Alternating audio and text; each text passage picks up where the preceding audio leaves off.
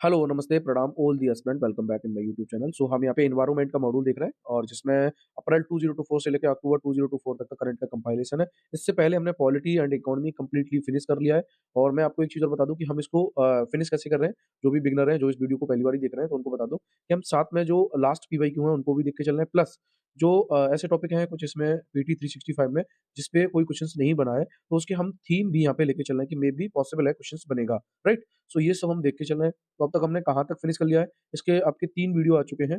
Biodiversity हमने complete कर लिया। अगर हम चाहते तो इसे 1 वीडियो में भी फिनिश कर सकते थे, लेकिन नहीं, क्योंकि हमें यहाँ पे पीवाईक्यू देखने थे, अपकमिंग एमसीक्यू देखने थे। तो इसलिए हम आराम-आराम कर रहे हैं, और जिसमें हमारा CSAT and then static portion जो है, वो डिस्टर्ब नहीं हो रहा है, इसको विदाउट डिस्टर्ब, क्योंकि हम 1 आवर के शेड्यूल में फिनिश कर रहे हैं।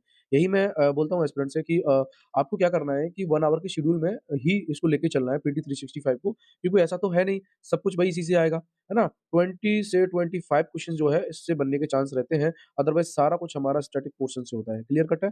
सो हम देखेंगे, हमने कहाँ तक फिनिश कर लिया था। इसमें हमने फॉरेस्ट भी देख लिया था, वेटलैंड भी देख लिए थे, अनऑर्गनाइजेशन इन यूज़ भी देख लिए थे। अब हमारे पास है क्लाइमेट चेंज, तो आज हम इसको देखेंगे, राइट? सो हम सीधा टॉपिक पे आते हैं, देखते हैं क्या है टॉपिक हमारे पास। ओके, सो यहाँ पे देखेंगे, ये 2016 में क्वेश्चन आया है एनडीसी पे, तो उसको भी हम टैकल करेंगे। जो अपकमिंग क्वेश्चन है उनको भी हम टैकल करेंगे। सो देखते हैं क्या है। इसको मैं अभी थोड़ा सा छोटा कर दे रहा हूँ, राइट? तो बाद में इसे हम टैकल करेंगे। सो देखते हैं, 2016 का क्वेश्चन चाहिए, सॉरी। ओके, सो देखते हैं क्या है।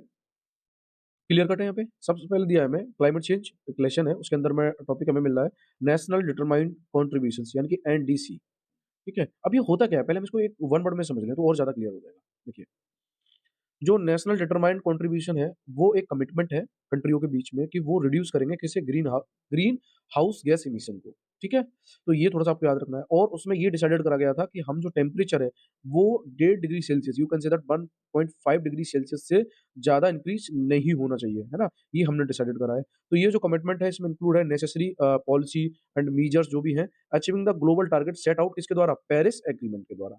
तो क्लियर कट है। तो कुल मिला के ये है कि जो ग्रीन हाउस गैस इमिशन है, उसको भी हम रिड्यूस करेंगे, टेम्परेचर को भी रिड्यूस करेंगे। ये सब हमने एक कमिटमेंट कर रखा है कंट्रियों ने मिलके, उसे हम बोलते हैं नेशनली डिटरमाइंड कंट्रीब्यूशन। क्लियर हो गया? चलिए आगे देखते हैं फिर क्या है। इसमें टॉपिक है हमारे पास इंडियाज़ नेशनल, अब ये सॉरी, ये हम देख रहे हैं अभी नेशनल डिटरमाइंड कंट्रीब्यूशंस, तो इसमें है इंडियाज़ नेशनल डिटरमाइंड कंट्रीब्यूशन। तो ये नहीं है कि एक कंट्री ने ही इसको बनाएगा, नहीं, बहुत सारी कंट्रियाँ हैं जो पार्टिसिपेट होती हैं किसमें? पेरिस एग्रीमेंट में, ठीक है? तो उनके 2 पर्पज़ हैं, टेम्परेचर को रिड्यूस करना और green greenhouse gas emission को कम करना, राइट? सो यहाँ लिखा है कि each party to Paris agreement is required to stabilise, तो जो भी पेरिस एग्रीमेंट में जिस पार्टी ने भी एग्रीमेंट कर रखा है, वो स्टेबलाइज़ करेगी क्या? Nationally determined contribution, you can say that NDC, और उसे अपडेट करेगी हर 5 साल पे। इंडिया ने सबमिटेड करी थी अपनी फर्स्ट एनडीसी रिपोर्ट 2015 में, और इसे अपडेट किया है 2022 में। भई 5 साल हुए तो 20, है ना? तो 2 साल का गैपिंग हो गया इसमें, उसके बाद हमने इसे अपडेट करा। तो हमारा क्या क्वांटिटेटिव टारगेट रहेंगे इन फ्यूचर 2030 के लिए, सो वो थोड़ा-सा हम देखते हैं, और प्रीवियस क्या था और अपडेट अभी हमने जो करा है 22 वाला, उसमें क्या था। सो देखते हैं। इसमें हमारे टारगेट पैरामीटर की बात करें तो हमने जो इमिशन इंटेंसिटी है, उसको हमने रिड्यूस करने की बात करी है। तो प्रीवियस जो था हमारा एनडीसी 2015 वाला, उसमें 33 से लेके 35 तक था, और अपडेटेड की बात करेंगे तो उसमें 45%। यही हमें रिड्यूस करना था 2030 तक, तो इसको तो हमने अचीव कर लिया, यू कैन से दैट। और प्रोग्रेस की बात करेंगे तो अचीव करा है, रिड्यूस बाय दी 33% बिटवीन 2005 से लेके 2019 तक। उसके बाद हम बात करेंगे कि जो इलेक्ट्रिक पावर इंस्टॉलमेंट है capacity from non fossil fuel based energy, तो कुल मिला के ये है कि हम नॉन फ्यूजल बेस्ड एनर्जी, और जिसमें हम you can say that electric power जो है उसे इंस्टॉल करेंगे। तो जो प्रीवियस था हमारा वो 40% था, और अभी अपडेटेड में 50% है। यहाँ पे हमने टारगेट जो है अचीव करा है 43.81%, राइट? अच्छा, उसके बाद क्या है, कार्बन सिंक जो है उसे हम क्रिएट करेंगे, है ना? और and then through additional forest and tree cover, तो हम ये भी फॉरेस्ट एंड ट्री कवर भी करेंगे। तो उसमें हमारा जो 2015 वाला डेटा है, उसमें हमारा 2.5% to 3 billion tons of carbon dioxide equivalent, ये 2015 में भी सेम रहा है, राइट? अच्छा, यहाँ पे हमारे लिए ये टारगेट थोड़े से देखने थे हमें, कि जैसे हम इमिशन इंटेंसिटी की बात कर रहे हैं, नॉन फॉसिल फ्यूल्स जिसमें फॉसिल फ्यूल नहीं होता, ये समझ लेंगे हम, उसको हम यूज़ करने की बात कर रहे हैं, carbon sink and then additional forestry, ये भी कवर कर रहे हैं। तो ये टारगेट आपको थोड़े से देखनी है कि ये हमारे जो है हमने अचीव करे हैं, राइट?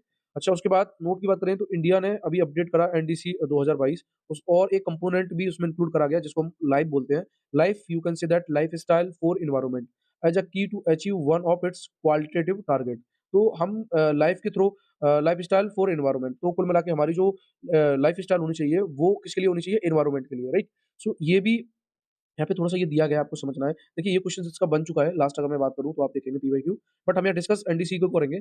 अच्छा, उसके बाद हम बात करते हैं, तो आपको बस इतना समझना है कि लाइफ़ जो है, अगर ये वर्ड मिला है आपको, तो आप ना इसको सोशल साइंस में नहीं ले जाएँगे, आप ये समझेंगे भाई ये एनवायरनमेंट का रिलेटेड है, कि हमारी जो भी जीवन शैली होगी या जो हम इन फ्यूचर जीवन शैली अपनाएँगे, वो सब हमारी इन फेवर किसके होगी? एनवायरनमेंट की, राइट?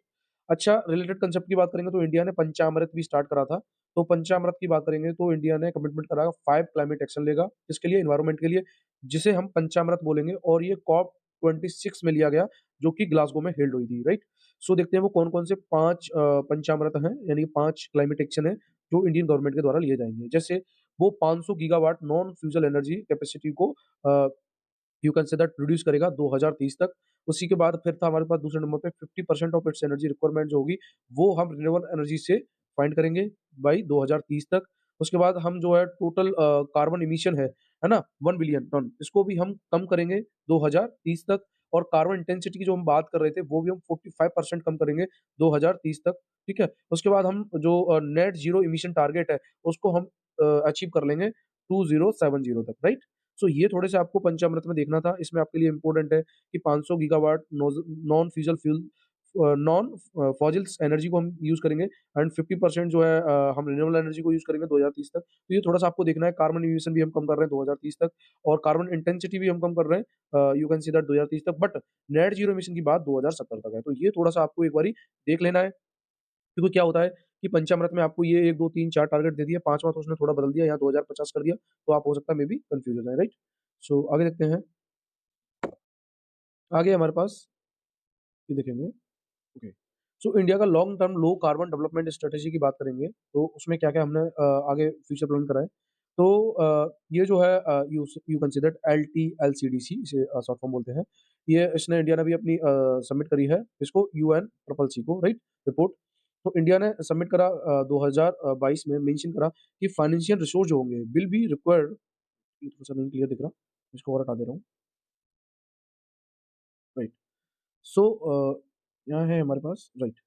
सो इंडिया ने जो एलसीडीसी जो रिपोर्ट है, वो 2022 में उसमें मेंशन करा है कि जो भी फाइनेंशियल रिसोर्स है ना? Will require to install renewable power plant, upgraded the transmission grid and introduce energy storage system. तो इन 3 चीज़ों को हम जो है इसमें अपग्रेड कर रहे हैं। जैसे हम रिन्यूएबल पावर प्लांट को इंस्टॉल करेंगे, ट्रांसमिशन ग्रिड को हम अपग्रेड करेंगे, और जो एनर्जी स्टोरेज सिस्टम है उसको भी इंट्रोड्यूस करेंगे। किसके थ्रू?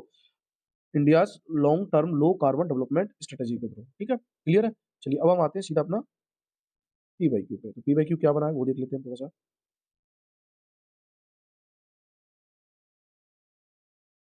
राइट। सो हमारे पास है the term intended nationally determined contribution is sometimes seen in the news context. अब ये देखिए 2016 में बहुत ज़्यादा न्यूज़ में रहा था, इसलिए ये आपका उसमें आ गया पेपर में। सो देखते हैं, the place made by the European countries to rehabilitate refugees from the war affected Middle East. ये कहाँ है? ये तो है ही नहीं ना। Nationally determined contributions. अब देखिए ये थीम है, अब ये थोड़ा सा आपको समझ के चलना है कि यार इस थीम पे questions may be in future बन सकता है। आगे बात करते हैं, plan of action outline by the countries of the world to combat climate change. भाई ये तो हम पढ़ ही रहे थे अभी, ये तो हमारा गलत हो गया। आगे हमारे पास capital contributed by the member countries in the establishment of Asian infrastructure investment bank, you can say that AIIB. So इसमें कंट्रीब्यूशंस हो रहा है, मेंबर कंट्री है उनका, तो ऐसा तो नहीं है भाई, ये तो हमारा क्लाइमेट चेंज से रिगार्डिंग है, जो नेशनली डिटरमाइंड कंट्रीब्यूशंस है।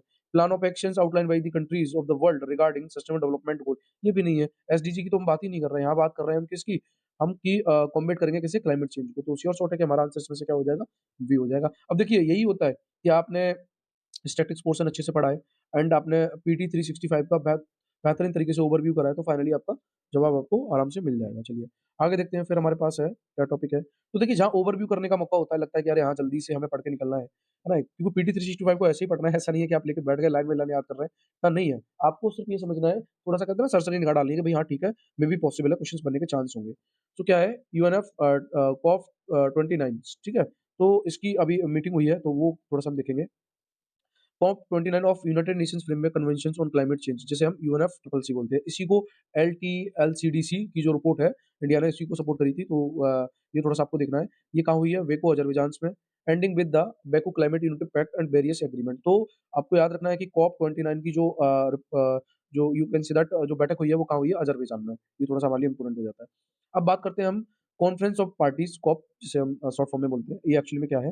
तो ये हाईएस्ट डिसीजन मेकिंग बॉडी है, ये थोड़ा-सा याद रखना है, ठीक है? किसकी? यूएनएफ ट्रिपल सी की। और जहाँ पे यूएनएफ ट्रिपल सी मेंबर जो होते हैं वो एनुअली रिव्यू करते हैं क्लाइमेट प्रोग्रेस और नेगोशिएट कमिटमेंट को। क्लियर है यहाँ पे? आगे बात करें तो कॉप 30 जो था, अभी 29 तो हमें पता है कहाँ होगा? अज़रबैजान में, ठीक है? और जो कॉप 30 है वो कहाँ होगा? वो होगा ब्राज़ील में। कहाँ पे? वेलम में। कब? नवंबर 2025 में। और फर्स्ट कॉप मीटिंग कहाँ हुई थी? ये बर्लिन, जर्मनी में हुई 1995 में। तो ये थोड़ा-सा डेटा आपको याद रखना है कि अब हो सकता है आपको ये थोड़ा-सा याद रखना है। देखिए बाद बाकी 15-16 याद रहे ना रहे, बट आपको ये ज़रूर याद रखना है कि भई जो फर्स्ट कहाँ हुई थी और अभी फ्यूचर में कहाँ होगी और जो अभी हुई थी वो कहाँ हुई थी, ठीक है ना? तो एक तो बिल्कुल ही आप कह सकते हो हिस्ट्री में याद रखना है हमें पास्ट फर्स्ट, है ना? तो ये थोड़ा देखना है। आगे बात करते हैं क्या-क्या आउटकम निकले कॉप 29 से, तो वो थोड़ा-सा हम देख लेंगे। तो इनमें आपको एक थोड़ी-सी रिसर्च निगाह डालनी है कि भई क्या-क्या हुआ, क्या-क्या नहीं हुआ। So national collective quantitative goal on climate finance, जिसे हम एनसीक्यूजी बोलते हैं, और या वाकू फाइनेंशियल गोल, जिसे हम अज़रबैजान में जो भी हम पढ़ रहे थे। सो इसमें क्या था कि जो गोल्स होंगे financial climate action and developing country, उनमें से क्या-क्या हमने रखा है, जैसे ट्रिपल फाइनेंस की बात करी गई है 300 बिलियन यूएसडी डॉलर की। एनुअली जो होगा वो कब तक? 2035 तक। प्रीवियस गोल जो था हमारा 100 बिलियन का था, ठीक है? तो यहाँ पे ट्रिपल फाइनेंस की बात करी गई, ये जो कॉप 29 हुई। और जो इसमें मोबिलाइज़ होगा 1.3 ट्रिलियन डॉलर एनुअली, कब तक? 2035 तक, from the public private partnership source के थ्रू।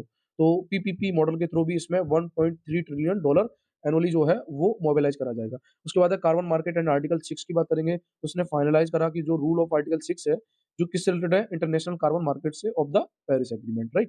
ट्रांसपेरेंसी की बात करेंगे तो ट्रांसपेरेंसी नेगोशिएटेड आइटम कंक्लूडिंग जिसमें और भी इंक्लूड करा गया एनहांस्ड ट्रांसपेरेंसी फ्रेमवर्क।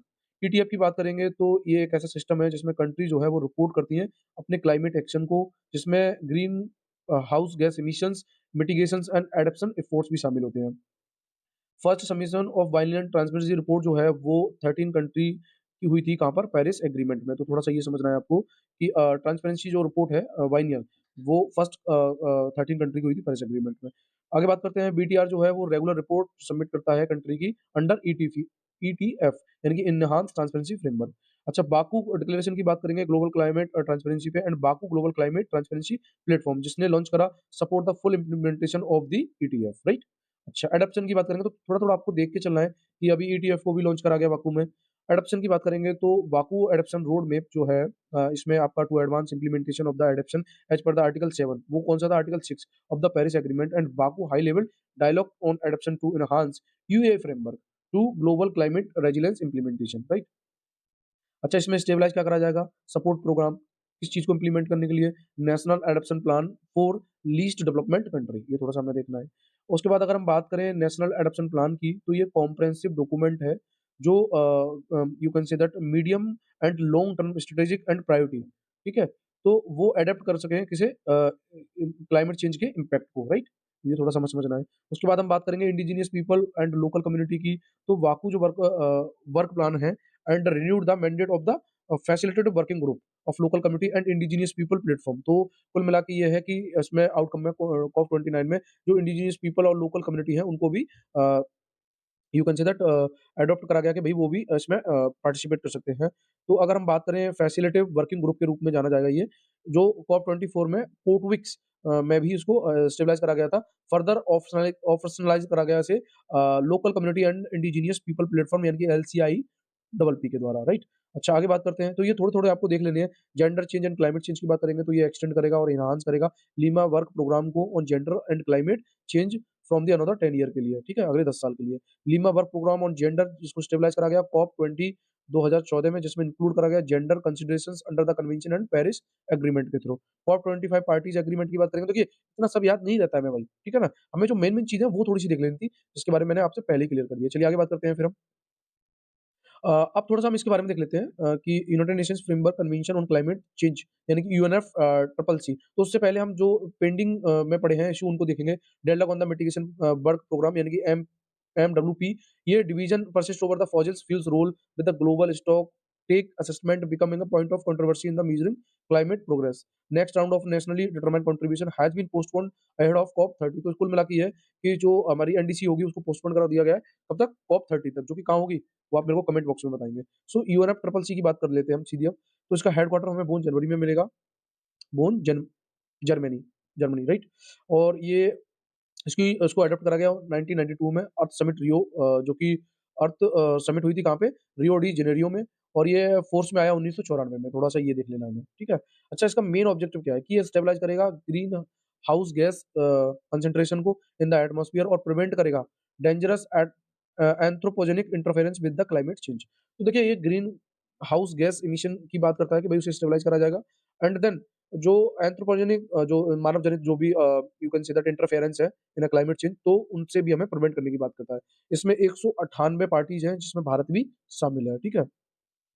क्या इसमें एग्रीमेंट की, एग्रीमेंट जैसे क्योटो प्रोटोकॉल हुआ, तो ये 1997 में बाइंडिंग कमिटमेंट है for the development nations to reduce greenhouse gas emission. ये थोड़ा सा हमें देखना है. देखिए यहाँ से यूपीएससी में क्वेश्चन जब आपसे पूछा गया था तो वो क्वेश्चन कैसे बना था. सो देखिए मैं आपको बताऊं, ये एक बार आप जरूर देखेंगे. क्योटो प्रोटोकॉल की बात है तो ये बाइंडिंग कमिटमेंट है फॉर द डेवलपमेंट नेशन कि वो ग्रीन हाउस गैस इमिशन को रिड्यूस करेंगे. तो देखिए यहाँ से जब क्वेश्चन बनेगा, मैं ऐसे टिक लगा दे रहा हूँ आपका, ये क्वेश्चन आपसे पूछा जाएगा कि जो क्योटो प्रोटोकॉल है वो किसकी बात करता है. वो बात करता है कि ग्रीन, क्लियर नहीं दिख रहा, सॉरी, राइट, इसको मैं हटा दे रहा हूँ यहाँ से. राइट. सो ये थोड़ा सा आपको देख के चलना है कि ये क्योटो प्रोटोकॉल जो है वो जीएचजी की बात करता है. और उसके बाद जो पेरिस एग्रीमेंट है वो टेम्परेचर की बात करता है कि भाई हम, हमारा टारगेट है कि हम 1.5 डिग्री सेल्सियस तक ही अपना टेम्परेचर रखेंगे और 2 डिग्री सेल्सियस से ऊपर नहीं जाने देंगे. ये पेरिस एग्रीमेंट कहता है. तो ये दोनों बातें आपको जरूर याद रखनी है, ठीक है. क्वेश्चन बनने के चांस, लास्ट क्वेश्चन बने भी हैं इनसे और बनने के चांस भी हैं, ठीक है. ये आपसे हो सकता है कि मैचिंग में पूछ ले क्वेश्चंस. सो आगे देखेंगे हम. सो आगे हम कुछ इनिशिएटिव या डिक्लेरेशन देखेंगे जो COP 29 में हुए हैं, ठीक है? ये सारे कुछ आपको याद नहीं करने हैं, इतने याद भी नहीं रहेंगे, है ना? क्योंकि ये बहुत सारे हैं और इनमें से मेन पॉइंट हम निकालेंगे ओनली, बाद बाकी हम आगे बढ़ते चले जाएँगे। सो देखते हैं क्या है? Reducing methane from organic waste declaration. तो कुल मिला के है कि यहाँ पे हम मीथेन को ऑर्गेनिक वेस्ट से क्या कर रहे हैं? रिड्यूस करने का काम कर रहे हैं। मीथेन क्या होता है? CH4, you can say that, ये मीथेन का फॉर्मूला होता है। अब हम थोड़ा-सा समझेंगे कि ऑर्गेनिक वेस्ट होते क्या हैं? तो उसको देखेंगे हम। Organic waste refer to food waste, जो फूड वेस्ट होते हैं, जैसे इसमें आपका वेजिटेबल वेजिटेबल हो गया, फ्रूट स्क्रब हो गया, एग सेल हो गए, मीट हो गई, डेयरी हो गई, बोन्स हो गई और रूटिंग फूड्स हो गए. ये सब आपके क्या हैं? ऑर्गेनिक वेस्ट हैं. क्लियर है? अब हम थोड़ा-सा इनका टारगेट देखते हैं और इसको लॉन्च किसने करा. ये सारे आपको याद नहीं रहेंगे, थोड़ा बहुत डेटा आपको देख लेना है ओनली, क्योंकि ये मोस्ट ऑफ ऑल क्वेश्चन इसके जो लॉन्च वाले बनते हैं वो सारे गलत होती है यूपीएससी में. आप कह सकते हो अगर 100 क्वेश्चन पूछे जाएँगे तो श्योर शॉट है कि 95 क्वेश्चंस आपके जो है ओवरऑल क्वेश्चनों को हम देखें तो वो गलत होंगे, 5 ही हमारे सही होंगे. तो 5 का हम रिस्क नहीं लेंगे, 95 की तरफ जाएँगे, हम इसे गलत ही मारेंगे. तो ये हमें याद नहीं रखना, थोड़ा-थोड़ा देख लेना है हमें. सो इसको लॉन्च करा है UNEP with the climate and clean air कोalition के द्वारा. इसका मेन टारगेट है कि रिड्यूस करेंगे मीथेन को कहाँ से? ऑर्गेनिक वेस्ट से. क्लियर है? अच्छा, उसके बाद बात करें तो ये जो 2021 में ग्लोबल मीथेन प्लीज लॉन्च करा गया था उसको भी ये सपोर्ट करने का काम करेगा, जिसको COP 26 में लॉन्च करा गया था. अभी ये कौन सा है? 29. क्लियर है? अच्छा, अगर हम इनमें जो भी जो कंट्री सिग्नेटरी कंट्री हैं उनको देखेंगे तो इसमें से आपके 35 कंट्री हैं, इसमें इंडिया शामिल नहीं है, ये थोड़ा-सा हमें देखना है। किसमें? Reducing methane from organic waste declaration में, क्लियर कट है। रिप्रेजेंटिंग बात करें तो 47% of global methane emission from the organic waste. अब हमारे पास सेकंड मिलता है global energy storage and grids please. तो अब ये COP 29 प्रेसिडेंसी में इसको भी लॉन्च करा गया है, ठीक है? तो अब हम आगे देखते हैं क्या है इसका टारगेट है कि 2030 तक, ठीक है? हम जो 1500 गीगावाट ऑफ एनर्जी है, इसको स्टोर करेंगे पावर सेक्टर में ग्लोबली, ठीक है? उसके बाद ग्लोबल ग्रिड डेवलपमेंट गोल्स की बात करेंगे, तो इसमें हम 25 मिलियन किलोमीटर ऑफ ग्रिड्स तक की बात कर रहे हैं। तो थोड़ा बहुत आपको डेटा देख के चलना है, सारा कुछ याद नहीं करना है आपको। फिर हमारे पास green energy place, green energy zones and corridors, तो ये भी COP 29 में है, जिसको यूएनआईडीओ, यूएनईसीई एंड यूएनईएससीएपी, ठीक है? इसके द्वारा इसको लॉन्च करा गया है। इसका मेन टारगेट क्या है? तो ये प्रमोट करेगा ग्रीन एनर्जी ज़ोन को, जो टैकल करेंगे क्लाइमेट चेंज को, ठीक है? तो ये थोड़ा बहुत आपको देखना है, ज़्यादा देखिए मैं फिर कह रहा हूँ, ज़्यादा आपको याद नहीं करना, ये याद नहीं रहेंगे आपको, या सीन्स भी लगा पा रहे होंगे आप, और ये तो हमें पोर्शन याद ही नहीं करना है ना? बाद बाकी पता चले हम लाइन में लाइन पढ़े और यहाँ से कुछ पूछा ना जाए, और पूछा ना जाने के पूरे चांस है, क्योंकि आपको इसमें से फैक्चुअल जो नॉलेज है वो थोड़ी-सी देख लेनी है। इसी तरीके से हाइड्रोजन डिक्लेरेशंस है, ये भी COP 29 प्रेसिडेंसी में लॉन्च करा गया। इसका मेन टारगेट है कि ये एक्सेलरेट करेगा प्रोडक्शन जो होता है क्लीन हाइड्रोजन यूज़ को लेके, ठीक है? और ये नॉन लीगली बाइंडिंग डॉक्यूमेंट्स है। ठीक? उसके बाद है हमारे पास वाकू हार्मोनिया क्लाइमेट इनिशिएटिव फॉर फार्मर, ये भी कॉप 29 में है। इसमें पार्टनरशिप जो है वो किसके साथ है? एफएओ यानी कि फूड एग्रीकल्चर ऑर्गेनाइजेशन के साथ। क्लियर कट है? अच्छा, आगे बात करते हैं इसका मेन काम क्या होगा? इसका मेन काम होगा कि जो फार्मर के रूल्स हैं, ठीक है? उसमें एज़ ए एजेंट की तरह काम करेगा, है ना? अच्छा, ये इसको होस्टेड करा गया एफएओ के द्वारा। पार्ट किसका है? Food and agriculture system develop transformation partnership का, ठीक है? अच्छा, आगे चलते हैं, फिर हमारे पास मिलता है क्लाइमेट फाइनेंस एक्शन फंड। ये थोड़ा-सा हमारे लिए इम्पोर्टेंट हो जाता है, तो इसको लॉन्च करा गया है अज़रबैजान के द्वारा। अब ये थोड़ा-सा हम देखेंगे, ये इम्पोर्टेंट है, तो यहाँ पे मैंने टिक लगा दिया, क्या-क्या पढ़ना है हमें इसमें। तो ये सपोर्ट करेगा क्लाइमेट प्रोजेक्ट को किन कंट्रियों में? जो डेवलपिंग कंट्री है उनमें, ठीक है? और ये नेक्स्ट जनरेशन के लिए NDC keeping with the 1.5 degree Celsius, ये तो हम वैसे ही टारगेट लेके चल रहे हैं कि हम 1.5 डिग्री सेल्सियस तक टेम्परेचर को नहीं बढ़ने देंगे। और ये कैपिटलाइज़ करेगा contribution from the fossil fuels producing countries and companies across oil, gas and coal, ठीक? अच्छा, ऑपरेशनलाइज़र की बात करें तो conclusion of initial fund raising rounds है वो 1 बिलियन है। हेडक्वार्टर्स का कहाँ है? बाकू अज़रबैजान में से, तो ये थोड़ा-सा हमारे लिए इम्पोर्टेंट हो जाता है। ये कुल मिला के डेवलपिंग कंट्री के लिए जो भी क्लाइमेट प्रोजेक्ट है उनमें सपोर्ट करने का काम करेगा, ये देखना था हमें। उसके बाद हमारे पास Baku institute for the climate finance investment and trade BICFIT dialogues, इसको कॉप 29 प्रेसिडेंसी के द्वारा लॉन्च करा गया। इसका मेन का और कौन-कौन है इसमें? को facilitated by the UN trade. अब इतना सारा कहाँ याद करने के लिए बैठे हैं भैया? यूपीएससी के एस्पिरेंट है, इतना रट्टा नहीं मारना है हमें, राइट? सो हमें मेन-मेन चीज़ें देखनी है। ये advance national ambitions and action through the utilisation of climate finance, investment and trades as per the UNFCCC and Paris agreement. तो ये सारे काम करेगा, क्लाइमेट फाइनेंस देगा, इन्वेस्टमेंट एंड ट्रेड्स, राइट? अच्छा, उसके बाद है हमारे पास, तो हम थोड़ा-सा इंपोर्टेंट देख लेंगे जो हमारे लिए इंपोर्टेंट है, बाद बाकी हमें सारी चीज़ें हमें नहीं देखनी है। फिर हमारे पास declaration on green digital actions, ये भी कॉप 29 में, ये सारे डिक्लेरेशंस हैं जो कॉप 29 में लिए गए, ठीक है? तो ये क्या करेगा? ये harnessing digital technology to accelerate climate actions, promote sustainable development and bridge digital divides, ये सब बनाएगा। उसके बाद हमारे पास और भी हैं, तो इनमें से हम एक और देख लेते हैं। 1.5 partnership for action on climate transactions, यानी कि पैक्ट प्रोग्राम। अब ये थोड़ा-सा आप याद रखेंगे, आपसे पूछ लिया जाए कि पैक्ट प्रोग्राम है वो किससे है? ये भी टेम्परेचर की बात करता है कि हम 1.5 डिग्री सेल्सियस से ज़्यादा टेम्परेचर को इंक्रीज़ नहीं करेंगे। तो ये किसके द्वारा लॉन्च करा गया है? यूनाइटेड नेशंस डेवलपमेंट प्रोग्राम, यानी कि UNDP and financial centres for sustainability, यानी कि यू कैन से दैट एफ-सी-4-एस, राइट? अच्छा, इसका मेन एम क्या है? तो हम क्वेश्चन बाद में देखेंगे, पहले ये थोड़ा-सा देख लेते हैं। चलिए, सो हमारे पास क्या है? ये प्रोत्साहित करेगा जो स्ट्रॉन्गर कोलैबोरेशन है between the private sector and government, जो कि अचीव कर सकें क्या? 1.5 डिग्री सेल्सियस, जो हम टेम्परेचर की बात कर रहे हैं, नेशनली डिटरमाइन्ड कंट्रीब्यूशन बाय 2025, ये हमने पहले ही पढ़ा था, राइट? अच्छा, अब हम देखते हैं कुछ और इनिशिएटिव है कॉप 29 की, वो देखते हैं, जैसे COP 29 declaration on enhance climate actions on the tourism. तो हम जो क्लाइमेट एक्शंस है इन सेक्टर ऑफ टूरिज्म, उसको भी एनहांस करेंगे। And global energy efficiency alliance की बात करेंगे, जिसको लॉन्च करा गया है यूएई के द्वारा, डबल ग्लोबल एनर्जी एफिशिएंसी, जिसका रेट बाय दी 2030। उसके बाद hydro for net zero LEC initiative. उसके बाद global alliance for pumped storage, ये भी इनिशिएटिव है कॉप 29 की। तो ये थोड़ी बहुत आपको देख लेनी है। Raising ambitions and accelerating deliver of climate finance. अब देखिए, सारा कुछ याद नहीं करना है ना, रट्टा मारना है डियर, आप समझ के चलिएगा, ठीक है ना? सो आगे देखते हैं हम क्या है हमारे पास क्वेश्चन जो बना है। अब देखिए, आप क्वेश्चन को देख के अपने आप ही टैकल कर लेंगे। चलिए, मैं क्वेश्चन दिखाता हूँ आपको। ये आपका क्वेश्चन जो है वो 2000 यू कैन से दैट 16 का है। तो इसकी अगर मैं बात करूँ यहाँ पे, सॉरी, राइट? सो देखते हैं। With reference to the agreement at the UNFCCC meeting in Paris in 2015, which of the following statement is are correct? अब देखते हैं हम। The agreement was signed by all the member countries of the UN and it will be go into effect in 2017। अब देखिए, यहाँ पे मैं किसको सही करूँ? ऑल को सही करूँ? या फिर ये डो डेट दी है कि ये फोर्स में आएगा 2017, इसको सही करूँ? भाई, ये तो मैं नहीं कह सकता ना। ये नहीं कह सकता कि सारे मेंबर इसमें पार्टिसिपेट, हालाँकि मैंने पढ़ा नहीं है, फिर भी मैं बात कर रहा हूँ। इसमें सारे मेंबर जो है पार्टिसिपेट कर रहे हैं, ये नहीं कह सकता मैं। तो श्योर शॉर्ट है कि मैं पहला गलत करूँगा। पहला गलत करने से मेरा ये वाला गया एंड ये गया, राइट? अब ये श्योर है कि दूसरा मेरा सही है, तो दूसरा मैं एक बार टैकल कर लेता हूँ। क्या कह रहा है? The agreement aim to limit the greenhouse gas emissions so that the rise in average global temperature by the end of this century does not exceed 2 degrees Celsius or even 1.5 degree Celsius above pre-industrial level। ये बात तुम वैसे ही कर रहे थे कि कुल मिला के इस सेंचुरी तक 2 डिग्री सेल्सियस से ज़्यादा टेम्परेचर नहीं होना चाहिए, तो श्योर शॉर्ट है ये हमारा दूसरा सही होगा। अब हम तीसरे को एक और टैकल कर लेते हैं। Developing country acknowledge their historical responsibility in the global warming and committed to donates $1000 billion a year from 2020 to help developing countries to scope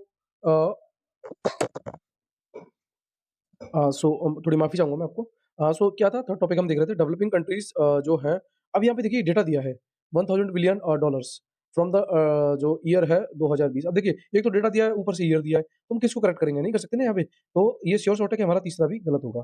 तीसरा हमारा गलत होने से आंसर हमारा क्या निकल के आ रहा है? ओनली 2। क्लियर है? चलिए आगे क्या है टॉपिक, अब ये देखते हैं। देखिए मैंने आपसे पहले ही कहा था कि आपको पीटी 365 कैसे रीड करना है वो हमें देखना बहुत ज़रूरी है हमारे लिए, ठीक है? ये सारी चीज़ें हमें याद नहीं रखनी है, पूरा डेटा हमें नहीं समझना है, ठीक है? आगे बात करते हैं इंडिया 8 कॉप 29 तो यहाँ पे इंडिया का क्या स्टैंड है? अभी तो हमने पढ़ा था कि कॉप 29 में क्या-क्या इनिशिएटिव ली गई हैं। इंडिया क्या स्टैंड कर रहा है? तो इंडिया ने अपने जो प्रोग्राम चलाए जैसे इंडिया ने जो बात करी है कि जो 1.3 ट्रिलियन डॉलर्स जो है एनुअली अंडर द एनसीक्यूसी तो with the 600 billion dollars coming from grants on equivalent resource तो कुल मिला के ये है कि 600 बिलियन डॉलर में से वन यहाँ पे सॉरी ये जो है 1.3 ट्रिलियन एनुअली की बात करी है प्रपोज करा है इंडिया ने और इसने क्या बात करी है कि ये मिटिगेशंस वर्क प्रोग्राम्स जो है उसको थोड़ा-सा चेंज करेगा एंड देन उसको सॉरी अपोज करेगा एंड देन जो अटेम्प्ट टू ऑल्टर और चेंज करेगा temperature goal in the Paris agreement right? ये इंडिया के स्टैंस है regarding of the COP 29 India जो है developing countries to provide financial तो इंडिया ये भी कह रहा है कि भाई जो भी डेवलपिंग कंट्री है उनको आपको फाइनेंशियल क्योंकि हम लोग डेवलपिंग कंट्री में आते हैं ना, तो उनको फाइनेंशियल आपको सपोर्ट करना है एंड टेक्निकल सपोर्ट करना है developing country for just transitions right? ये सब इंडिया ने कॉप 29 में अपना स्टैंस रखा है, वो थोड़ा-सा हमें देखना है। अच्छा, इंडिया ने क्या इनिशिएटिव लिए हैं? अब थोड़ा-सा और देख लेते हैं। यहाँ पे और क्या है? For the clear indicator to measure progress on adaptations opposed to the use of third party database supported and establishment of Baku road map, right? अच्छा आगे बात करें तो इंडिया ने कॉप 29 में क्या साइड इवेंट्स हैं वो देखते हैं। जैसे डिसास्टर रेजिलेंस इंफ्रास्ट्रक्चर है, ठीक है? इसी तरीके से जो है with CDRI focus on climate resilient infrastructure जिसमें $8 million for the 12 small islands developing states project announced. तो कुल मिला के ये है कि जो डिसास्टर रेजिलेंस इंफ्रास्ट्रक्चर की बात करें तो उसमें $8 मिलियन जो कि 12 आपकी छोटी जो डेवलपिंग कंट्री हैं या डेवलपिंग स्टेट्स हैं, उनमें जो आइलैंड्स हैं उनको यू कैन से दैट उनके इंफ्रास्ट्रक्चर के लिए भी डिमांड करी है। उसके बाद एलईडी आईटी मीट जो है, जिसको स्वीडन होस्टेड कर रहा है, इसका एम क्या है? ये एक्सेलरेट करेगा लो कार्बन इंडस्ट्री ट्रांजिशंस को लेके। Energy transition with the global south with the ISA, spotlighted solar energy role in developing nations energy shift. Other की बात करेंगे तो India Sweden industry transition partnership यानी कि आईटीपी। तो ये कॉप 29 के इनिशिएटिव थे, ये सारे हमें नहीं याद रखने थे, बात हमें मेन-मेन चीज़ रखनी थी। आगे देखते हैं फिर। फिर हमारे पास आर्टिकल 6 ये क्या है भाई? इसको बहुत अच्छे से देखना है हमें। सो एक्चुअली में ये न्यूज़ में क्यों है, क्या कारण है और ये एक्चुअली में है क्या? So after decade of the negotiation, the rules for the carbon trading under the article 6 of the Paris agreement have been finalised. तो इसको फाइनलाइज़ किया गया है आर्टिकल 6 को कि कार्बन ट्रेडिंग जो है वो आप किस तरीके से करेंगे। अच्छा अब आप समझ रहे होंगे कि आर्टिकल 6 जो है वो किससे रिलेटेड है? क्लियर है? कार्बन ट्रेडिंग से, ठीक है? अच्छा आगे बात करें article 6 of the Paris agreement क्या कहता है? ये प्रोवाइड करता है क्या mechanism for the countries to cooperate in achieving क्या? नेशनल डिटरमाइंड कंट्रीब्यूशन इसका क्वेश्चन हम पहले ही देख चुके हैं जाके, ठीक है? Through the carbon market consisting of 2 market based and 1 non market based approach. तो कुल मिला के ये है, इसका मेन काम होगा कि क्या मैकेनिज्म है जो country you can say that achieve करना चाहती हैं क्या? एनडीसी नेशनली डिटरमाइंड कंट्रीब्यूशंस किसके थ्रू? कार्बन मार्केट के थ्रू, जिसमें कार्बन मार्केट के through you can say that 2 market based है और 1 नॉन मार्केट बेस्ड अप्रोच है। कार्बन मार्केट की बात करेंगे तो ये एक ट्रेडिंग सिस्टम होता है, जहाँ पे एंटिटी कार्बन को बाई करती हैं, ठीक है? Credit to offset their greenhouse gas तो अपने जीएचजी को ऑफसेट करने के लिए वो कार्बन क्रेडिट को बाई करती हैं और सपोर्ट करती हैं प्रोजेक्ट को कि वो रिड्यूस कर सकें क्या इमिशन। क्लियर कट है? ठीक है? तो ये आपको कार्बन मार्केट समझ में आ गया होगा जहाँ पे कार्बन को क्रेडिट करा जाता है यानी कि बाई करा जाता है, कार्बन क्रेडिट को बाई करा जाता है, ठीक है? उनके ग्रीन हाउस गैस को रिड्यूस करने के लिए। One tradable carbon credit generally जो होता है वो इक्वल होता है किसके? 1 मेट्रिक ऑफ कार्बन डाइऑक्साइड। तो ये आपको ज़रूर याद रखना है कि अगर हम कार्बन क्रेडिट जो होता है 1 कार्बन क्रेडिट जो होता है वो होता है आपका 1 ton of carbon dioxide. Clear है? और the equivalent amount of the different greenhouse gas reduce sequestrations और एवोइडेड। कार्बन ट्रेडिंग की बात करें तो इसको सबसे पहले कहाँ पे इंट्रोड्यूस करा गया? क्योटो प्रोटोकॉल 1997 में। अब यही चीज़ हमारे लिए इंपॉर्टेंट हो जाती है, आपसे पूछा जाए कि व्हाट इज़ कार्बन ट्रेडिंग? तो आप समझ पाएँ कि कार्बन जो ट्रेडिंग है, वो क्या होती है? कहाँ पे इंट्रोड्यूस करा गया? ठीक है? और कार्बन मार्केट क्या होता है? तो ये सारी चीज़ें हमें समझनी होती है। आगे चलते हैं फिर। तो क्लियर कट हो गया आपके कि जो कार्बन मार्केट क्या है, वहाँ पे कार्बन क्रेडिट को बाई करा जाएगा और उनके ग्रीन हाउस गैस को ऑफसेट करने के लिए उसको यू कैन से दैट जो भी उनके इमिशन को रिमूव किया जाएगा और जो 1 कार्बन क्रेडिट होता है वो 1 टन ऑफ कार्बन डाइऑक्साइड होता है। ध्यान रखना है आपको और क्योटो प्रोटोकॉल में इसको इंट्रोड्यूस करा गया। सो आगे देखते हैं हम। आगे हमारे पास है मैकेनिज्म जो है अंडर आर्टिकल 6 के, तो मार्केट बेस्ड अप्रोच और नॉन मार्केट बेस्ड अप्रोच ये हमने अभी पढ़ा था कि 2 तो मार्केट बेस्ड अप्रोच होती है और एक नॉन मार्केट बेस्ड अप्रोच होती है। तो 2 मार्केट बेस्ड अप्रोच में एक आर्टिकल आपका 6.2 है और आर्टिकल 6.4 है और नॉन मार्केट बेस्ड अप्रोच में आर्टिकल 6.8 है। सो एक बात करें हम आर्टिकल 6.2 की तो ये बात करता है डिसेंट्रलाइज्ड अप्रोच की। ठीक है? For the bilateral cooperations. अब डिसेंट्रलाइज्ड अप्रोच क्या होती है? जहाँ पे सेंटर का रोल ना हो। You can say that private partnership भी इंक्लूड हो, उसे हम डिसेंट्रलाइज्ड अप्रोच कहते हैं। उसके बाद आर्टिकल 6.4 की बात करेंगे, ये भी मार्केट बेस्ड अप्रोच है। ये सेंट्रलाइज्ड अप्रोच की बात करती है in term of Paris agreement credit mechanism के रूप में। अच्छा, ट्रेडिंग ऑफ अगर हम बात करें नॉन मार्केट बेस्ड अप्रोच की, तो ये introduce non market approach to promote mitigations and adaptations, right?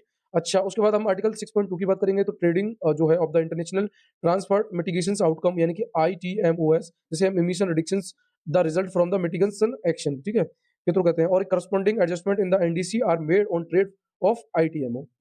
Article 6.4 की बात करेंगे, तो ये स्टेबलाइज करता है ग्लोबल कार्बन मार्केट को, और ये बेसलाइन एंड क्रेडिट मैकेनिज्म को यूज करता है। ये थोड़ा-सा आपको देखना है। ये trading of emission reductions in is involve, इसकी बात नहीं करता, और नॉन मार्केट बेस्ड अप्रोच, और इसमें इन्वॉल्व होते हैं more than one participants party, right? तो ये थोड़े-से आर्टिकल आपको देखने हैं, बाद बाकी आर्टिकल 6 आपको समझ में आ गया कि ये कार्बन ट्रेडिंग से रिलेटेड है। बात करते हैं हम कॉरेस्पॉन्डिंग एडजस्टमेंट आर्टिकल 6.2 की, तो ये changement in countries emissions level to reflect the transfer, export और acquisitions import of the ITMO. तो ये सारे काम होते हैं आर्टिकल 6.2 के, और ये 3 डिफरेंट केस बेस पर होता है। कौन-कौन से? जैसे ग्रीन हाउस गैस मैट्रिक्स है, non green house gas matrix है, या पॉलिसीज एंड मेजर्स है, राइट? सो ये थोड़ा-सा हमें देखना है। आगे देखते हैं फिर हम। देखिए, यहाँ पे जो भी इंपॉर्टेंट है वो हम ज़्यादा देख रहे हैं। Difference between the carbon trading of Kyoto protocol and Paris agreement, यहाँ से क्वेश्चन बनने के फुल्ली चांस है, तो हम इस पे पूरा फोकस करेंगे। बात करते हैं हम क्योटो प्रोटोकॉल क्या क्या है। तो इसका जो स्कोप ऑफ पार्टिसिपेशन की बात करेंगे, तो लिमिटेड टू डेवलपिंग कंट्री, या नेक्स्ट फर्स्ट में आती है, ठीक है? With the project hosting by the developing country. और इसमें क्या होता है पेरिस एग्रीमेंट में, कि इसमें सारे कंट्री इंक्लूड होते हैं। तो आपको थोड़ा-सा याद रखना है कि क्योटो प्रोटोकॉल में डेवलप कंट्री जो एनेक्स फर्स्ट में है, वो कुछ लिमिटेड है, उसके बाद डेवलपिंग कंट्री भी होस्ट करती है इसमें। उसके बाद करें हम एडॉप्शन फंडिंग की, तो share of the proceed from the CDM, ठीक है? जो प्रोजेक्ट डायरेक्टेड डेवलपमेंट मैकेनिज्म होता है, उसे हम बोलते हैं। तो ये शेयर करती हैं जो भी सीडीएम प्रोजेक्ट हैं, directed to the adoption funds में। अच्छा, पेरिस एग्रीमेंट में क्या है? अगर हम एडॉप्शन फंडिंग की बात करें, तो इसमें 5% प्रोसीड होता है फ्रॉम द आर्टिकल 6.4, जो कि मार्केट बेस्ड होता है, allocated to the global adoption funds में। मार्केट स्कोप की बात करेंगे, तो ये फोकस करता है project based mechanism like clean development mechanism and joint implementation. तो ये जरूर याद रखना है कि जो क्लीन डेवलपमेंट मैकेनिज्म है और जॉइंट इंप्लीमेंटेशन है, इस पे you can say that focus करता है Kyoto protocol. But Paris agreement है वो combined market based and non market based approach पे फोकस करता है। उसके बाद हम लेगेसी क्रेडिट की बात करेंगे, तो ये अलाउ करता है यूज ऑफ ओल्डर क्रेडिट जितने भी हैं from the inactive project caging over supply concern, और ये रेस्ट्रिकेट करता है legacy credit uses only post 2013 credit. Clear cut है? तो यहाँ पे आपको क्योटो प्रोटोकॉल्स और पेरिस एग्रीमेंट्स, तो यहाँ पे देख रहे हैं कुछ डेवलप कंट्री है, यहाँ पे सारी कंट्री है, चाहे वो डेवलपिंग हो या डेवलप कंट्री है, ये हमारे लिए थोड़ा सा इंपॉर्टेंट हो जाता है। क्लियर कट है? चलिए आगे देखते हैं हम। फिर हमारे पास क्लाइमेट फाइनेंस, ये क्या है? तो जो डेवलपिंग कंट्री है, न्यूज़ मेकिंग वो थोड़ा-सा देख लेते हैं। डेवलपिंग कंट्री है वो एक्चुअली में डिसअपॉइंटेड है with the enhanced new collective quantified goals, यानी कि एनसीक्यूजी। तो एनसीक्यूजी को एनहांस करने के लिए जितनी भी डेवलपिंग कंट्री है, वो यू कैन से दैट थोड़ा डिसअपॉइंटेड है ऑन द क्लाइमेट फाइनेंस। तो क्यों है वो थोड़ा-सा हम देखेंगे। तो बात करते हैं हम एनसीक्यूसी की। तो ये प्रपोज़ करा गया एट कॉप 21 में, अभी कौन-सा चल रहा है? COP 29, for setting a new climate finance goal post 2025 following the unmet, जिसमें जो है $100 बिलियन की बात करी गई एनुअली टारगेट इन 2009, राइट? आर्टिकल 9 जो है पेरिस एग्रीमेंट का, ये मैंडेट करता है जो भी डेवलपिंग कंट्री है उन्हें प्रोवाइड की जाएगी financial support to developing nations, right? अच्छा, कुल मिला के ये है कि जो भी डेवलप्ड कंट्री है वो फाइनेंशियल सपोर्ट प्रोवाइड करेंगे किसको? डेवलपिंग नेशंस को। ये पेरिस एग्रीमेंट का आर्टिकल 9 कहता है। थोड़ा-सा ये देखना है। भई वो तो आगे बढ़ गए ना, तो अगर हम डेवलप्ड कंट्री की बात करेंगे, तो वो तो थोड़ा-सा आगे बढ़ गए। अब भई वो हेल्प किसकी करेंगे? जो भी डेवलपिंग कंट्री हैं, ठीक है? तो ये आईएनजी वाला आपको समझना है, जो भी डेवलपिंग कंट्री है, उनको सपोर्ट करने का काम करेगा डेवलप्ड कंट्री। अच्छा, हम क्लाइमेट फाइनेंस की बात करेंगे, तो ये क्या है? तो ये एक local, national and transitional funding है from the public private alternative source to support climate change mitigations and adaptation, particularly in developing country vulnerable to climate change. तो कुल मिला के ये है कि ये किसको सपोर्ट करने की बात करता है क्लाइमेट फाइनेंस? ये डेवलपिंग कंट्रीज को। क्लियर कट है? और कर कौन रहा है? Develop country. क्लियर कट है? आगे देखते हैं की effect about the climate finance. तो 90% जो क्लाइमेट फाइनेंस है वो मिटिगेशंस एक्शंस के थ्रू होगा, राइट? और 94 जो एग्जिस्टिंग क्लाइमेट इन्वेस्टमेंट है इज आइदर थ्रू द डेब्ट और इक्विटी। डेब्ट यू कैन से दैट उधार ही, है ना? उधार लेके या वैसे। अच्छा, आगे बात करते हैं। अब देखिए यहाँ भी सारा कुछ नहीं देखना, पूरा डेटा याद नहीं करना है डियर। यहाँ पे देखते हैं हम, हमारे पास है global finance mechanism under the UNFCCC. तो कुल मिला के ये है कि ग्लोबल फाइनेंस मैकेनिज्म जो यूएनएफसीसीसी के अंदर में क्या-क्या है, वो थोड़ी-सी हमें देख लेनी है, एक रफली आइडिया लेना है। So loss and damage funds है, ग्रीन क्लाइमेट फंड्स है, एडॉप्शन फंड है, स्पेशल क्लाइमेट चेंज फंड्स है, उसके बाद हमारे पास लीस्ट डेवलप कंट्रीज फंड है। सो देखते हैं क्या-क्या है, जैसे लॉस एंड डैमेज फंड्स की बात करेंगे, तो इसको कॉप 27 इतना, अब देखिए आप देख रहे होंगे कि यार इतना डाटा हमें कहाँ से याद रहेगा? और इतने डाटा पे क्वेश्चंस बनते भी नहीं है, है ना? तो हम एक रफली आइडिया लेते हैं। तो लॉस एंड डैमेज फंड्स की बात करेंगे तो उसे कॉप 27 में you can say that Egypt में हेल्ड करा गया और ऑपरेशनलाइज करा गया कॉप 28 में। ये थोड़ा-सा हमें देखना है। Dubai to provide financial assist देगा किनको? कंट्रीज जो कि वल्नरेबल कंट्रीज में आती है। ये थोड़ा-सा हमें देखना है। ग्रीन क्लाइमेट फंड्स की बात करेंगे तो इसको कॉप 16 यानी कि 2010 में डेवलप्ड कंट्री जो हैं वो मोबिलाइज करेंगे कितना? 100 billion dollar per year by 2030 और ये सपोर्ट करेंगे किसको? जो भी डेवलपिंग कंट्रीज हैं उनको और उनके एनडीसी को you can say that waiter करेंगे, जो नेशनल डिटरमाइन्स कंट्रीब्यूशंस है उसको।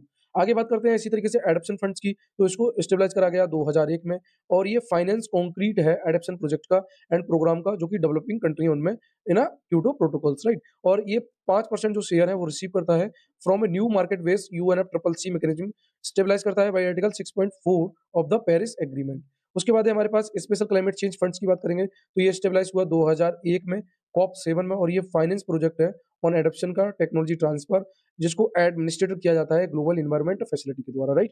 इसी तरीके से हमारे पास है लीस्ट डेवलपमेंट कंट्रीज फंड्स, तो इसको स्टेबलाइज करा गया 2001 you can say that COP 7 में और ये असिस्ट करेगा लीस्ट डेवलपमेंट कंट्रीज पार्टीज को for the national adoption programme of action, right? और इसको एडमिनिस्ट्रेट किया गया ग्लोबल एनवायरनमेंट फैसिलिटी के द्वारा। क्लियर कट हो गया? तो ये थोड़ी-थोड़ी चीज़ें हमें समझ के चलनी होती है, क्या हमारे लिए इंपॉर्टेंट है और क्या इंपॉर्टेंट नहीं है।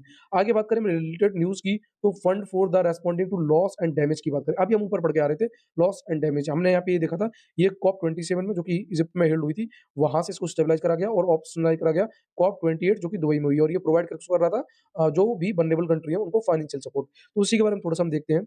ये the board of loss and damage funds decided to call fund as a fund to respond to loss and damage, जिसे हम एफआरएलडी कहेंगे। Loss and damage refer to the negative consequence that arise from the unavoidable risk of climate change like rising sea level, prolonged heat waves, desertifications, ocean acidification। तो कुल मिला के जो एफआरएलडी अभी हम पढ़ रहे थे ना, जो वल्नरेबल कंट्रीज हैं उनको सपोर्ट करने की बात कर रहा था, इसको स्टेबलाइज करा गया कॉप 27 में। अभी हमने पढ़ा शर्म एल शेख इजिप्ट यानी कि 2022 में host country for board of the fund, इसको फिलिपींस कर रहा है। पर्पस की बात करेंगे तो ये हेल्प कर रहा है डेवलपिंग कंट्रीज की जो compensate for the loss and damage. Clear cut है? तो डेवलपिंग कंट्रीज को कंपनसेट देने की बात कर रहा है उनके लॉस एंड डैमेज में जो भी हो रहा है, राइट? आगे हमारे पास ग्लोबल एनवायरनमेंट फैसिलिटी, तो क्लियर कट हो गया ये हमारे पास क्या था क्या नहीं था। आगे देखते हैं हम ग्लोबल एनवायरनमेंट फैसिलिटी की बात करेंगे तो इसकी एक्चुअली में क्या है, 67th जो काउंसिल हुई है उसमें लगभग 736.4 million you can say that dollar funding हुई है, इसलिए न्यूज में है। अब हम बात करते हैं ग्लोबल एनवायरनमेंट फैसिलिटी, तो पहले थोड़ा सा इसके बारे में देखते हैं। तो पार्टनरशिप और 8 एजेंसी, लगभग इसमें 18 सॉरी 8 नहीं 18, इसमें 18 एजेंसी हैं जो पार्टनरशिप करती हैं और एड्रेस करती हैं वर्ल्ड के मोस्ट चैलेंजिंग एनवायरमेंटल इशू को। इसकी उत्पत्ति 1992 में कहाँ पे हुई? रियो अर्थ समिट्स में। गवर्नेंस की बात करेंगे तो जो ग्लोबल एनवायरमेंट फैसिलिटी है, council is the main governing body है इसकी। अब ये थोड़ा-सा हम पहले देखते हैं, फिर हम न्यूज़ वाली बात पढ़ेंगे। फंक्शन की बात करेंगे, तो serve as a financial mechanism to 5 convention, तो कुल मिला के ये है कि 5 कन्वेंशन को ये financial you can say that support करता है, सर्व करता है, यू कैन से दैट, जैसे United Nations framework convention on climate change. तो देख रहे हैं आप कि मतलब कुल मिला के ये है कि जो ग्लोबल एनवायरमेंटल फैसिलिटी है, ये फाइनेंशियल सर्व कर रहा है किसको? यूएनएफसीसीसी को। इसी तरीके से कन्वेंशन ऑन बायोलॉजिकल डाइवर्सिटी है, United Nations convention on combat desertifications है, Stockholm convention on Paris organic pollutants है, मीनामाटा कन्वेंशन ऑन मरकरी है। तो इन सबको सपोर्ट करता है ग्लोबल एनवायरनमेंट फैसिलिटी और इसकी ट्रस्टी जो है वो कौन है? वर्ल्ड बैंक है, ये थोड़ा-सा याद रखना है। मेंबर कंट्री 186 है जिसमें भारत भी शामिल है। सेक्रेटरी की बात करेंगे तो वाशिंगटन डीसी में है। इसके की इनिशिएटिव जो फोकस एरिया है, जैसे स्मॉल ग्रांट प्रोग्राम है, लीस्ट डेवलप कंट्रीज फंड है, स्पेशल क्लाइमेट चेंज फंड है, प्लैनेट गोल्स है, ब्लू नेचुरल अलायंस है, ये सब इसके इनिशिएटिव हैं, ठीक है? अब जैसे हम बात करें स्मॉल ग्रांट्स प्रोग्राम की, तो ये सपोर्ट करता है इसको community leads initiative in a conservations. Least developing countries fund की बात करेंगे तो ये एडॉप्शन प्रोजेक्ट को सपोर्ट करने का काम करता है जो भी वल्नरेबल नेशन है उनके लिए। और ये फोकस करता है स्पेशल क्लाइमेट चेंज फंड, ये फोकस करेगा किस पे? क्लाइमेट जो वेरिएबिलिटी है उनको एड्रेस करने का काम करेगा। प्लानेट गोल्ड है, इसका काम क्या है? ये रिड्यूस करता है मरकरी के यूज को, कहाँ पे? Artisanal and small scale gold mining में। ब्लू नेचर अलायंस की बात करेंगे तो ये कंजर्व करता है ओशियन एंड मरीन बायोडायवर्सिटी को। क्लियर कट हो गया? तो हमें समझ में आ गया होगा कि ग्लोबल एनवायरनमेंट फैसिलिटी क्या है। अब देखिए इसमें क्वेश्चंस भी बनाए, तो हम उसको भी टैकल करेंगे। ये 2014 का क्वेश्चन है। तो हम आउटकम की बात करेंगे जो अभी 67th ग्लोबल एनवायरनमेंट काउंसिल है, इसमें $736.4 मिलियन जो फंडिंग हुई है, तो उसमें क्या-क्या आउटकम है? तो funding has been mobilized for the project from the global environment fund, trust fund and least developing countries funds and global biodiversity framework which together are part of the GEF family of the fund. तो आपको समझना है कि अभी जो funding हो रही है, उसमें ये सब पार्टनर होंगे, जैसे जीईएफ ट्रस्ट फंड है, उसके बाद एलडीसीएफ है, उसके बाद जीवीएफ है, ये सब इसके यू कैन से दैट क्या होंगे, फैमिली मेंबर होंगे। अगर हम बात करें includes project like the green, इसमें एक और चीज़ है, great green wall, sustainable cities integrated programme. तो अगर हम बात करें ग्रेट ग्रीन वॉल्स की, तो ये फोकस करेगा रिस्टोर करने में, restore landscape and ecosystem across the Sahel region of the Africa. तो अफ्रीका के जो साहेल रीजन्स हैं, उसमें जो लैंडस्केप या इकोसिस्टम है, उसको रिस्टोर करने का काम करेगा। एससीआईपी की बात करें, मतलब सस्टेनेबल सिटीज इंटीग्रेटेड प्रोग्राम की बात करें, तो इसमें 20 कंट्री प्रोग्राम है, जिनका एम होगा ये कैटलाइज करेगा अर्बन सिस्टम ट्रांसफॉर्मेशन को। क्लियर है? अच्छा, इसी तरीके से इंडिया में भी 2 प्रोजेक्ट हैं, जैसे enhancing the conservation and sustainable use of biodiversity, और उसके बाद है कोहैबिटेट, राइट? अगर हम बात करें कोहैबिटेट की, तो ये conservation and sustainable management of wetland, forest and grassland to secure the population of the mitigation species along the central Asian flyway in India.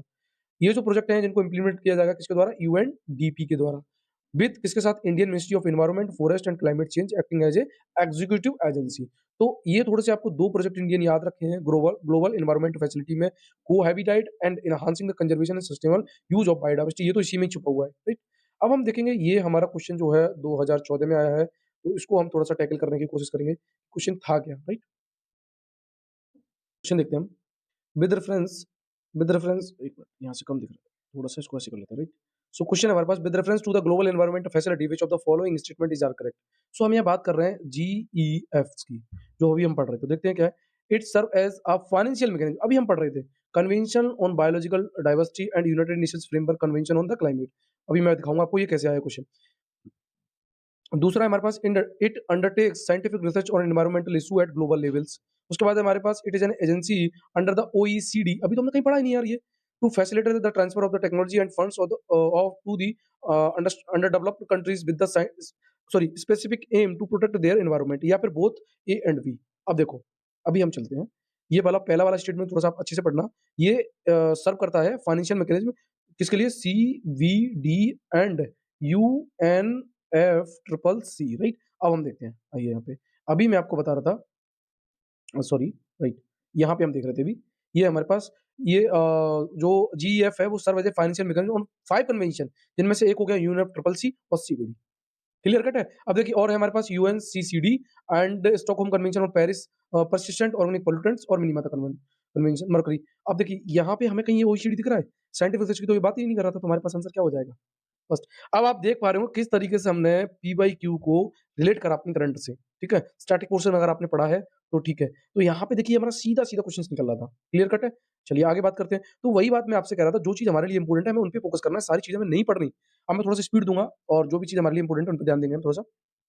Antarctic treaty की बात करेंगे तो 46 अंटार्कटिका ट्रीटी कंसल्टेटिव मीटिंग हुई है and 26 commitment on the environment protections, जिसमें conclude करा गया है इंडिया को। अच्छा, आगे बात करेंगे अंटार्कटिक ट्रीटी है क्या? तो थोड़ा-सा पहले उसके बारे में हम समझ लेते हैं। तो इसकी उत्पत्ति जो हुई थी वो 1959 में, और साइन करा गया था वाशिंगटन में, जिसमें 12 कंट्री थे, और ये फोर्स में आया 1961 में। Clear cut? मतलब उसके 2 साल बाद। मेंबर की बात करेंगे तो you can say that 57 out of which 57 country थे, उनमें से 29 जो थे कंट्री, वो कंसल्टेटिव पार्टीज थे, यानी कि participate in the decision making, right? India has been a consultative party, मतलब वो पार्टिसिपेट कर सकता था किसमें? डिसीजन मेकिंग में। अच्छा, एप्लीकेबिलिटी की बात करेंगे तो area south of the 60 degree south latitudes पे। की प्रोविजन की बात करेंगे तो Antarctica shall be used for the peaceful purpose only. ये बात करता था पीसफुल की। Facilitated international scientific cooperation in the Antarctica. Provide किसमें? अब ये क्या-क्या प्रोवाइड कर रहा था अंटार्कटिका ट्रीटी? ये कह रहा था भैया आपको निषेध है क्या-क्या? न्यूक्लियर एक्सप्लोजन नहीं कर सकते, रेडियो एक्टिव वेस्ट डिस्पोजल नहीं कर सकते, military deployment in a Antarctica treaty, ये सारे काम नहीं कर सकते, ये निषेध है under the Antarctica treaty, right? अच्छा, आप बात करें हम other efforts to safeguard Antarctica, जैसे convention for the conservation of Antarctica seals 1972, convention on the conservation of Antarctica marine living resource 1982 ratified by the India, protocol on environmental protection to Antarctica treaty जिसे Madrid protocol बोलते हैं, sign करा गया था India 1991 में। Clear cut हो गया? अब यहाँ तक समझ में आ गया अंटार्कटिका ट्रीटी है क्या। मोर ऑन न्यूज़ की बात करेंगे तो देयर जो 46 की बात करेंगे जिसे होस्टेड करा जाएगा national centre for polar ocean research यानी कि NCPOR, ministry of earth science, government of India के द्वारा। एनसीपीओआर की बात करेंगे तो इसको स्टेबलाइज करा गया as a autonomous research and development institutes in 1998 में। Measures decision and resolution adopted at the ATCM. ATCM अभी हम देख रहे थे Antarctica treaty consultative meetings give effect to the principle of the Antarctica treaty. Clear cut हो गया? तो main चीज हमें यहाँ देखनी थी थोड़ी सी, क्या-क्या नहीं कर सकते, न्यूक्लियर एक्सपोज़र है, रेडियोएक्टिव वेस्ट डिस्पोज़ल है, मिलिट्री डेवलपमेंट है। इंडियाज़ अंटार्कटिका इनिशिएटिव की बात करेंगे तो रिसर्च स्टेशन की बात करेंगे तो दक्षिण गंगोत्री, ये इंडिया का इनिशिएटिव है regarding for the Antarctica. So first research stations currently operation जैसे Maitri and Bharati, Maitri second announce in ATCM 46। Antarctica act की बात करेंगे तो रीअफर्मिंग ट्रीटी कमिटमेंट इनेक्ट हुआ था 2022 में, राइट? तो यहाँ थोड़ी-थोड़ी हमें इंपॉर्टेंट चीज़ देख के आगे बढ़ जाना है।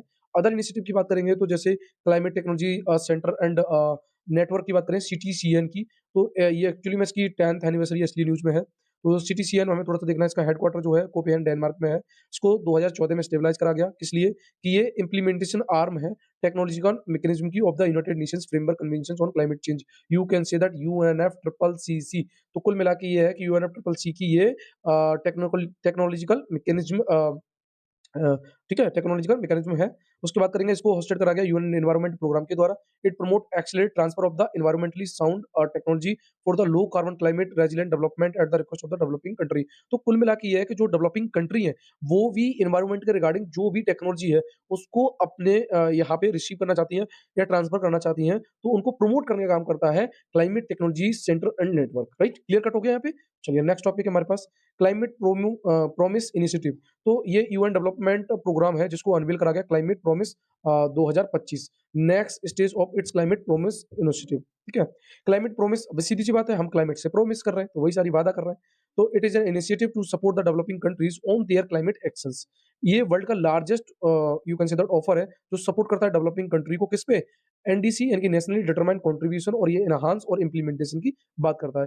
जो ईच पार्टी है पेरिस एग्रीमेंट की, वो रिक्वायर करती है कि स्टेबलाइज करेगी एनडीसी को, which includes target for the mitigation of the green house gas emission and for the adapting the climate impacts. Climate promise 2025 की बात करें तो इसका एम है कि अलग next generation of developing countries the goal of 2015 Paris agreement, right? तो बहुत छोटी-छोटी चीज़ें थोड़ी-थोड़ी हमें देख के चलनी है। आगे बात करते हैं, फिर हमारे पास ग्रीनिंग एजुकेशन पार्टनरशिप। तो यूनेस्को ने लॉन्च करे हैं 2 न्यू टूल, जिसमें न्यू ग्रीनिंग करिकुलम गाइडेंस है and new green school quality standard यानी कि GSQS under the green education partnership के थ्रू। तो ये थोड़ा-सा आपको ध्यान रखना है कि ग्रीन एजुकेशन पार्टनरशिप के थ्रू 2 टूल को यू कैन से लॉन्च करा गया है यूनेस्को द्वारा।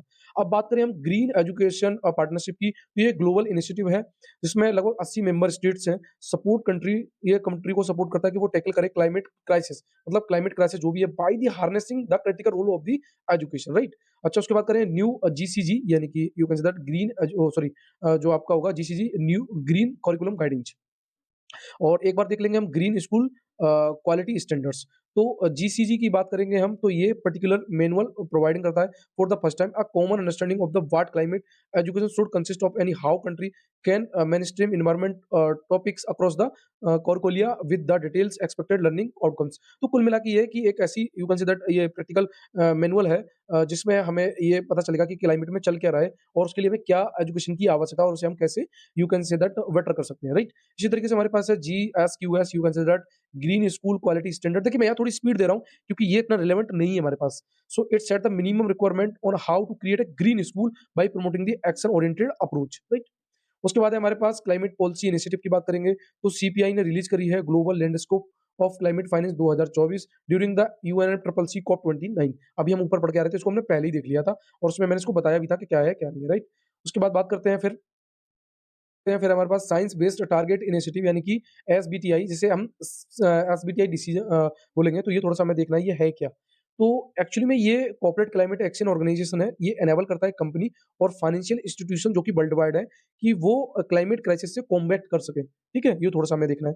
और it develop standard tools and guidance to meet corporate climate target. It is a incorporated as a charity और ये ट्रस्ट के रूप में शामिल है, ये थोड़ा-सा आपको ध्यान देना है, स्कूल के रूप में नहीं है।